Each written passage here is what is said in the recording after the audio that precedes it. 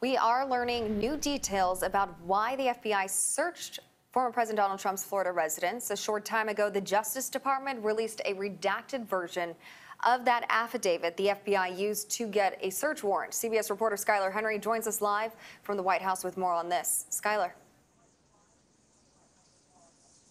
Hey, Amanda, good to see you. Well, we knew all along that the Department of Justice wanted this heavily redacted document, or for this document, if it were to be released, to be heavily redacted, to not jeopardize the potential witnesses that it may have down the line during this investigation. But what was revealed were several things, including what was inside those boxes that FBI agents confiscated from the home of the former president. And they include 67 documents that were marked confidential, 92 that were marked secret, and 25 documents that were marked as top secret.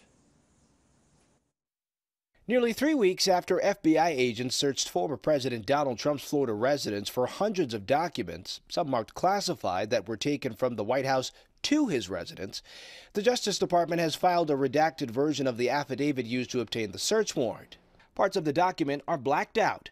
Justice Department officials had opposed releasing the full affidavit, saying earlier this week they're very concerned about the safety of the witnesses involved in their investigation into Trump's alleged mishandling of classified information, some of which went to the level of top secret. Affidavits usually remain sealed during an investigation, but media organizations, including CBS News, successfully argued for greater transparency about key records behind the search.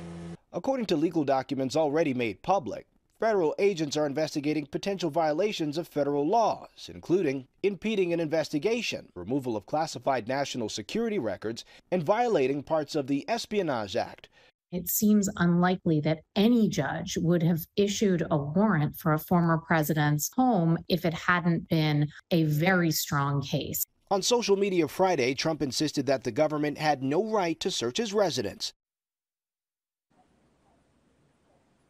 And we should point out that this investigation began as a result of a National Archives search back in 2020 or early 2022, back in February, thus resulting in what we ended up seeing a few weeks ago down in Mar-a-Lago.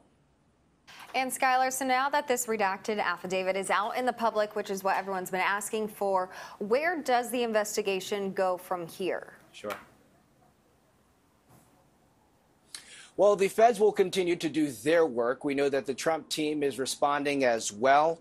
A federal court judge has given the president's legal team until the end of the day to explain why they're asking a special master to review some of the documents that were retrieved from Mar-a-Lago. So there's still a lot of moving parts in all of this as they weigh in, figure out what exactly the president took or allegedly took from the White House down to his Florida home.